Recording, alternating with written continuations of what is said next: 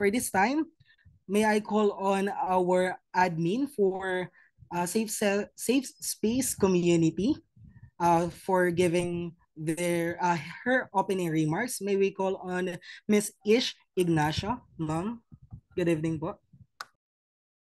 Ay, hello po sa inyong lahat. So, magandang gabi po and salamat po sa inyong pag-attend sa ating second webinar. So, ipapakilala ko lang po sa inyo saglit yung ating mga volunteers po. And kung interested din po kayo na sumali sa sa Safe Space Community Volunteers, you can message us sa aming Gmail account po. So, i-share na lang po namin mamaya dito sa chat box. Since ako din yung moderator sa chat box dahil medyo kinulang tayo ng volunteer. So, ayun, ang tawag dito. Pakiusod na lang po. Ayan. So, yan, si Miss Karen. Kung di, ang tawag dito?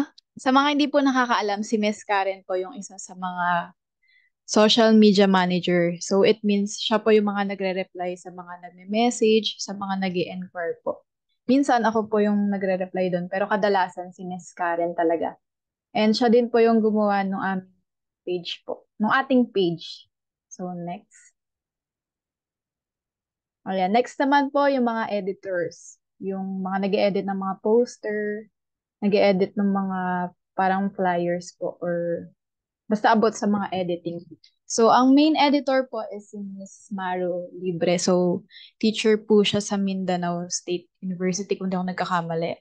Si Miss Rogeline sa PPT. Ito po, siya po yung gumawa niya. So, kita naman natin, di ba, sobrang effort and ang ganda. And may bago po kaming pasok na volunteer. Di ko lang sure kung nandito po siya, si Mr. Earl. So, sa poster naman po siya. Bale, ito pong volunteers po na ito is pinagsama-sama lang po namin. Kumbaga, stranger po kami sa isa't isa, then nag-combine lang as one. So, thankful din po ako sa mga nag-commit na volunteers kasi 'di ba? Hindi naman madali din tong mga work namin since wala namang balik to. Siguro ang balik sa amin is yung makatulong sa ibang tao.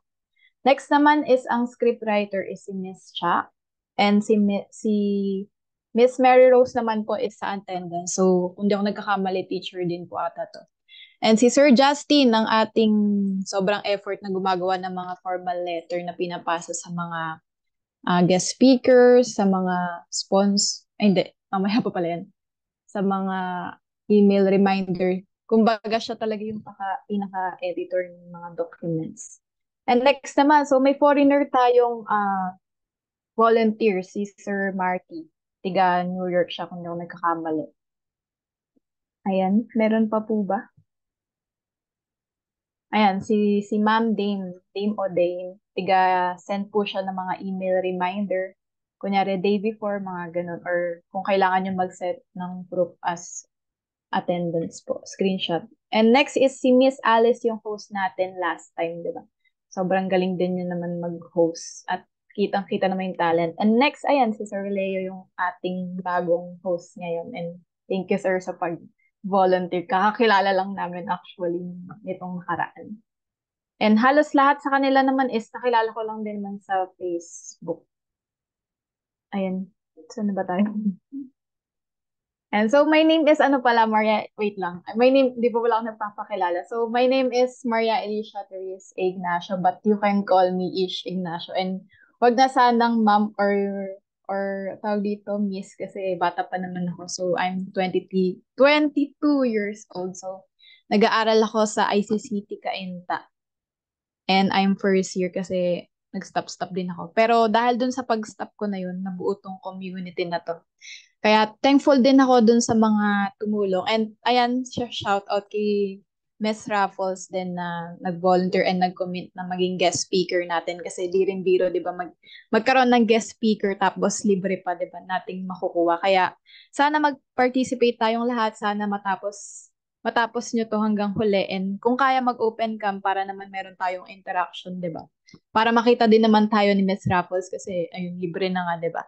Pero kung hindi kaya, no pressure din naman na kasi nga sa school, di pa pinapayagan naman kayo ng mga teachers nyo. So, ayun lang. Welcome muli sa inyong lahat and mamaya pa ulit yung mga next na announcement or ngayon na ba? Ay, the invocation na pala. Ayun, pagpasensyahan nyo na rin kung minsan ako yung ano na at maraming mga ginagawa iisip. Pero ayan, masaya ako na. Ayan, dumarami tayo. So, nasa 30 na tayo ngayon. Ayan, yun lang. God bless everyone and enjoy listening.